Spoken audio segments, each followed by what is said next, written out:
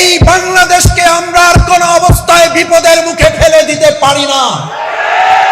আমাদের নবজাতকেরা শহীদ হয়েছে, আমাদের ভাইয়েরা শহীদ হয়েছে, আমাদের বোনেরা শহীদ হয়েছে, ছাত্র শ্রমিক যুবকরা শহীদ হয়েছে। শহীদের এই বাংলাদেশে বিশ্বাসঘাতকদের আর স্থান করতে দেওয়া হবে না। এই আজ প্রথম মিডিয়ার সামনে এটি প্রকাশ করছি। আমার পরিবার ছাড়া এটি কেউ জানে না। আমার এক সন্তান শহীদ। আমার স্ত্রী যখন সন্তান সম্ভবা, তার বাবা আমার শ্বশুর তখন কেরানীগঞ্জের জেলখানায় দেখা করতে গিয়েছেন। তৎকালীন র্যাবের সদস্যরা তাকে গ্রেপ্তার করে গাড়িতে উঠিয়েছেন, অন্যায়ভাবে গাড়ি চালিয়েছেন এবং যখন বলেছে দেখুন আমার শরীর খারাপ, বলছে তোমার স্বামীর সাথে তোমার দেখা নেই, তোমার শরীর খারাপ হয় কি করে? এই নির্যাতন নির্মম রিস্টোর করেছ, আমরা এই পথ পেরিয়ে এখানে এসেছি। তারপরে বলল দেখেন আমাকে যদি আমার জন্য অন্যায় করে, আমার কোন অন্যায় থাকে, আমাকে গ্রেপ্তার করেন, র্যাব তাকে নিয়ে যাওয়া হয়েছে। আমি এই কথাটা বলে শেষ করছি এই জন্য। তারপর তাকে ছাড়া হলো না। আমার মা, তার তখন আমার 2.5 বছরের সন্তান আর একটা বাড়িতে অবস্থান করছেন। আমার বৃদ্ধা 90 বছরের মা, তাকে নিয়ে র্যাব গেল। এক সাংবাদিকের সাথে যোগাযোগ করে বলা হলো আপনার সন্তানকে নিয়ে আসুন, তারপর তার স্ত্রীকে, আপনার বৌমাকে আপনি নিয়ে যান।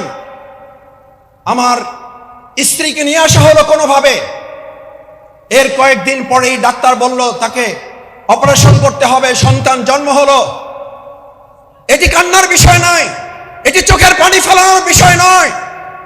আমার সন্তান জন্ম হলো, আমাকে খবর দেওয়া হলো, আমি আসার জন্য উদ্যোগ নিলাম। হসপিটাল কর্তৃপক্ষ থেকে জানানো হলো আপনি হসপিটালে আসতে পারবেন না, কারণ হসপিটালের আশেপাশে সব দিকে সবাই ঘিরে ফেলেছে। আপনি আসলে আপনি বের হতে পারবেন না, আপনার সন্তান, আপনার স্ত্রী কেউই বের হতে পারবেন না, সবাইকে শুদ্ধ নিয়ে যাবে। আমি বললাম আমি আসবো, আমার সন্তানের মুখ দেখবো। ডাক্তার বলেছে তার কতক্ষণ সে বাঁচবে জানি না। এটা আলোচনা করতে করতে আমার সন্তান পৃথিবী থেকে চলে গেল। জানানোর জন্য জানাজা নির্ধারিত হলো। হসপিটাল কর্তৃপক্ষ আমাকে জানালো আপনার সন্তানের জানাজা অনুষ্ঠিত হবে একটু পর। আমার নেতৃবৃন্দকে আমি জানিয়েছি আমি যদি গ্রেপ্তার হতে হয়, ক্রস ফায়ারে যেতে হয়, গুম হতে হয়, আমার সন্তানের জানাজা আমি যেতে চাই। আমাকে জানানো হলো সংগঠনের সিদ্ধান্ত, তোমাকে সবর করতে হবে, তোমাকে এই মুহূর্তে আমরা প্রশাসনের মুখে ঠেলে দিতে চাই না। আমার সেই সন্তান কিলগা কবরস্থানে তাকে দাফন করা হয়েছে। আমার শহীদ সন্তানের জন্য আপনাদের কাছে দোয়া চাই, এটার জন্য, তার জন্য তো দোয়ার দরকার না। আমি বিশ্বাস করি নবজাতক হিসেবে আল্লাহ তাআলা তাকে কবুল করেছেন, যেন আল্লাহ তাআলা তার সাথে আমাকে জান্নাতে দেখা করার ব্যবস্থা করিয়ে দেন। এই পথ মারিয়ে যেই বাংলাদেশ পেয়েছি, শুধু এতটুকু বলেছি এই জন্য। আসুন সম্মানিত ভাই এবং বন্ধুগণ, যেই টুপিওয়ালারা, এই দাড়িওয়ালারা, এই লম্বা জামা পরাওয়ালারা, স্ট্যান্ড করা মেধাবী অঙ্গনের মুরব্বী ওলামায়ে কেরামগণ শুধু জাতীয় মসজিদের ইমামতি পরিচালনা করতে পারে না। আমরা মসজিদেও ঢুকতে পারি, আমরা সংসদেও ঢুকতে পারি, আমরা মন্ত্রণালয়ে ঢুকতে পারি, আমরা বঙ্গভবনে ঢুকে সেখানে ইমামতি করতে পারি। এই চেতনা তো লালন করেছেন মুফতি ওয়াক্কাস রাহিমাহুল্লাহ। আমি তার সামনে থেকে দেখেছি, হাতে হাত মিলিয়ে আমিরে জামাত নিজামী ভাইকে তিনি বলতেন এগিয়ে চলুন, আমরা আছি একসাথে। এরপরে উনি বলতেন এই জেনারেল মুসলিম থেকে আমাদের আর একটা মুসলিমের শ্রেণী তৈরি হয়েছে, ট্র্যাডিশনাল মুসলিম। ট্র্যাডিশনাল মুসলিম মানে কোন রকম চলাফেরা করা, খাবো দাবো, কলকলাবো, আমার লেবাস তরিকত সব ঠিক থাকবে, সবাই আপনাকে ভালোবাসবে। সবাই শফিকুল ইসলাম মাসুদকে যদি ভালোবাসে, আপনারা শুধু আমার নির্যাতনের কথা জানেন, আমার অহংকার সব যেন নষ্ট না হয়। ধর্ম প্রতিমন্ত্রী, পানি সম্পদ প্রতিমন্ত্রীর মর্যাদাপূর্ণ দায়িত্ব তিনি পালন করেছেন। আমাদের সেই শ্রদ্ধাভাজন বিশিষ্ট আলেমে দ্বীন জনাব মুফতি মোহাম্মদ ওয়াক্কাস রাহিমাহুল্লাহ জীবন ও কর্মের উপরে আজকের এই স্মরণ সভার আমাদের শ্রদ্ধাভাজন প্রধান অতিথি, ফ্যাসিবাদ আন্দোলনের অন্যতম নেতা, বাংলাদেশ জাতীয়তাবাদী দলের জাতীয় স্থায়ী কমিটির অন্যতম সদস্য, আমার একান্ত শ্রদ্ধাভাজন জননেতা জনাব নজরুল ইসলাম খান। আজকের অনুষ্ঠানের অন্যতম বিশেষ অতিথি সাবেক মন্ত্রী, জাতীয় পার্টির সম্মানিত চেয়ারম্যান, 12 দলের অন্যতম নেতা জনাব মোস্তফা জামাল হায়দার ভাই। মঞ্চে যারা উপবিষ্ট আছেন সকলের নাম স্মরণ করতে পারলে তাদের প্রতি যথাযথ সম্মান প্রদর্শন করা হতো। অনেক অতিথিবৃন্দ আছেন, মূলত প্রধান অতিথি, বিশেষ অতিথি, ওনারা কথা বলবেন। আমি তাদের প্রতি শ্রদ্ধা রেখেই আমাদের আরো অনেক ওলামায়ে কেরামগণ এখানে উপস্থিত আছেন, আমরা যাদের ছাত্র সমতুল্য, আমার সেই সমস্ত শ্রদ্ধাভাজন শিক্ষক তুল্য বরেণ্য আলেমবৃন্দ, আমার সামনে যারা আছেন, এই ফুটন্ত বাগানের, কোরআনের বাগানের সম্মানিত ওলামায়ে কেরাম, জমিয়তে ওলামায়ে ইসলাম বাংলাদেশের সম্মানিত ভাই এবং বন্ধুগণ, সুধী মণ্ডলী, সাংবাদিক ভাইয়েরা, আসসালামু আলাইকুম ওয়া রাহমাতুল্লাহি ওয়া বারাকাতুহু। আমি সর্বপ্রথম মুফতি মোহাম্মদ ওয়াক্কাস রাহিমাহুল্লাহ 2021 সালের 31শে মার্চ তিনি আমাদের মাঝ থেকে বিদায় নিয়েছেন। আল্লাহ সুবহানাহু ওয়া তাআলার কাছে প্রাণ ভরে দোয়া করি আল্লাহ তাআলা তাকে শাহাদাতের যে তামান্না নিয়ে তিনি কাজ করেছেন, আমি ছাত্র জীবনে তার কাছে যাওয়ার কিছু সুযোগ পেয়েছি। আমি ইসলামী ছাত্র শিবিরের কেন্দ্রীয় সভাপতির যে বিরাট বোঝা আমার উপরে 2 বছর ছিল, 2006 এবং 7, ওই সময় আমি তার খুব কাছাকাছি থেকে আমাদের শ্রদ্ধেয় আমিরে জামাত শহীদ মাওলানা মতিউর রহমান নিজামী, সেই সময়ের মন্ত্রী, শিল্পমন্ত্রী, কৃষিমন্ত্রী এবং সেই সময়ের শহীদ আলী হাসান মোহাম্মদ মুজাহিদ ভাই সহ প্রায় আমাকে নির্দেশ দেওয়া ছিল, আমি ওনাদের কাছে থেকে কিছু কাজ করার সুযোগ পেয়েছি বিধায় বলছি, যে হয় দুপুরবেলা হোক, না হলে সকালে হোক, না হলে রাতে হোক, অন্তত 1-2 আলেমকে নিয়ে আমরা যেন রাতের বেলার খাবার, দুপুর বেলার খাবার, সকালে নাস্তাটা যেন করতে পারি। সেই সুবাদে মুফতি মোহাম্মদ ওয়াক্কাস রাহমাহুল্লাহর সাথে কিছু সময় অতিবাহিত করার সুযোগ হয়েছে। তখন ওনাদের আলাপচারিতায় আমি 4টা জিনিস উপলব্ধি করতে পেরেছি। আল্লাহ সুবহানাহু ওয়া তাআলা তাকে সেই কথা অনুযায়ী তার চেতনা, তার অভিলাষ, তার দীপ্ত অঙ্গীকার আমার কাছে মন বলে আল্লাহ তাআলা তাকে শাহাদাতের মর্যাদা দান করবেন এবং জান্নাতুল ফিরদাউস নসিব করবেন। আমরা সবাই বলি আমিন। কারণ দেখেন, তিনি শুধু আলেম ছিলেন এবং শুধু আলেম ছিলেন না, আজকে এরকম কতজন আলেম পাওয়া যাবে?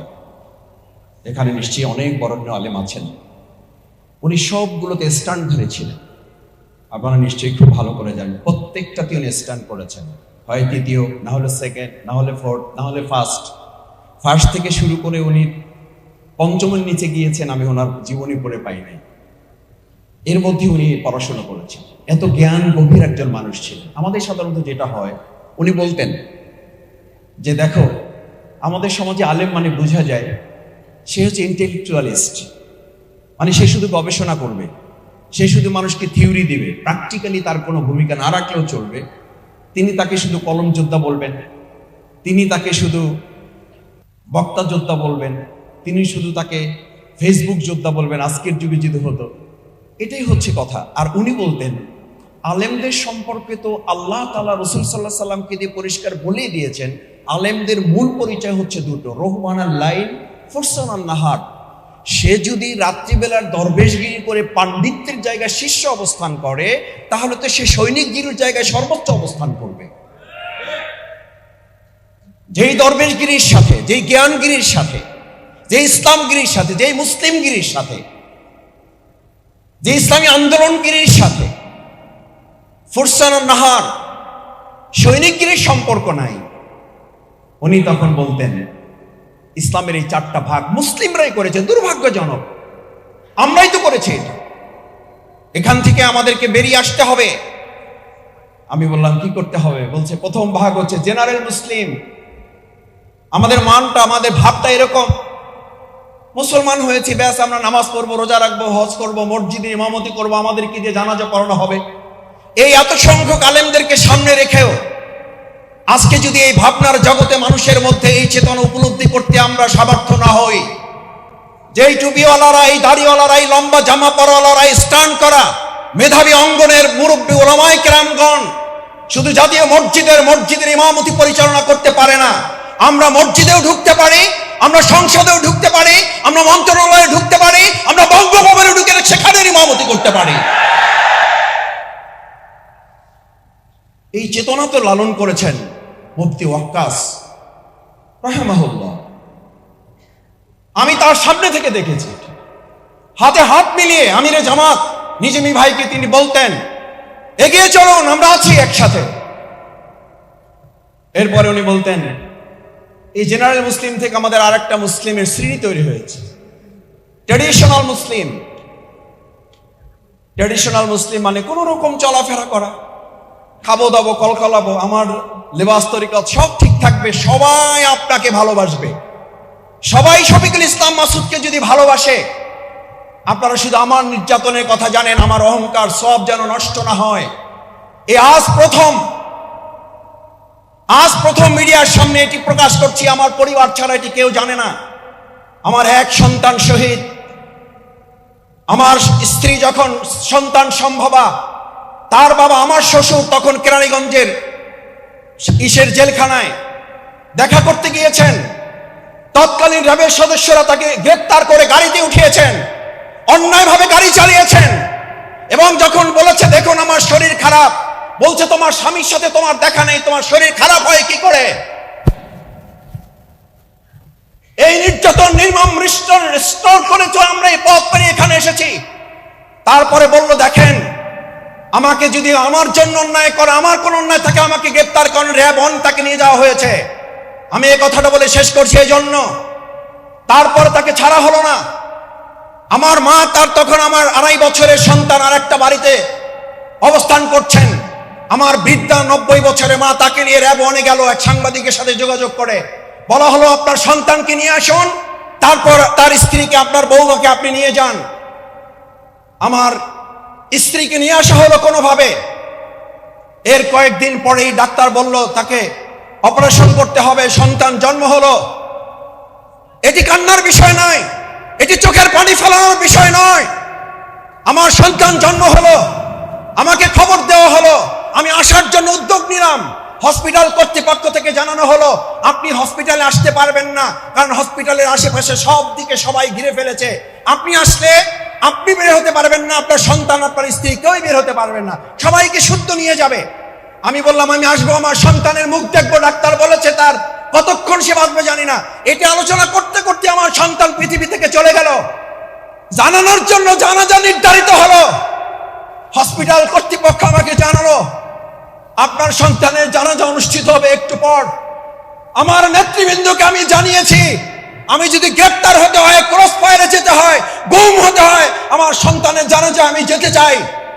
আমাকে জানানো হলো সংগঠনের সিদ্ধান্ত, তোমাকে সবর করতে হবে, তোমাকে এই মুহূর্তে আমরা প্রশাসনের মুখে ঠেলে দিতে চাই না।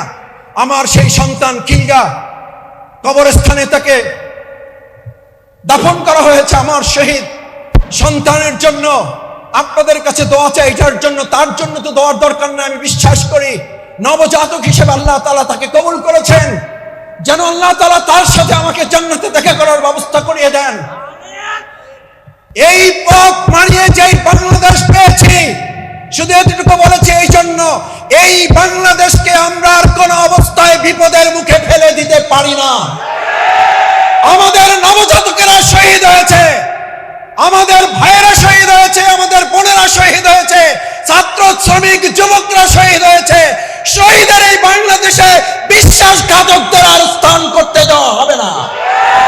আসুন সম্মানিত ভাই এবং বন্ধুগণ, আমরা আমাদের সেই জেনারেল মুসলিম, ট্র্যাডিশনাল মুসলিম থেকে বেরিয়ে আমরা সেই প্রকৃত মুসলিম হব, যেই মুসলিমরা মসজিদ ইমামতি করবে, বঙ্গভবন, সংসদ, মন্ত্রণালয় ইমামতি করে গোটা জাতির ইমামতির যে দায়িত্ব আল্লাহ আমাদের দিয়েছেন, ইন্নী জাইলুন ফিল আরদ, ইন্নী জাইলুকা লিন-নাস ফিল আর আমাদের এই গোটা জাতির নেতৃত্বের জন্য আল্লাহ আমাদেরকে তৈরি করে দিয়েছেন। আসুন সেই নেতৃত্বের জন্য আল্লাহ যেন আমাদেরকে কবুল করেন সেই প্রত্যাশা ব্যক্ত করে আবারও আপনাদের কাছে আমিরে জামাত ডক্টর শফিকুর রহমান সালাম জানিয়েছেন, দোয়া চেয়েছেন এবং উনি নিজে আমাদের শ্রদ্ধেয় মুফতি ওয়াক্কাস রাহিমাহুল্লাহ সহ আপনাদের জন্য দোয়া করেছেন।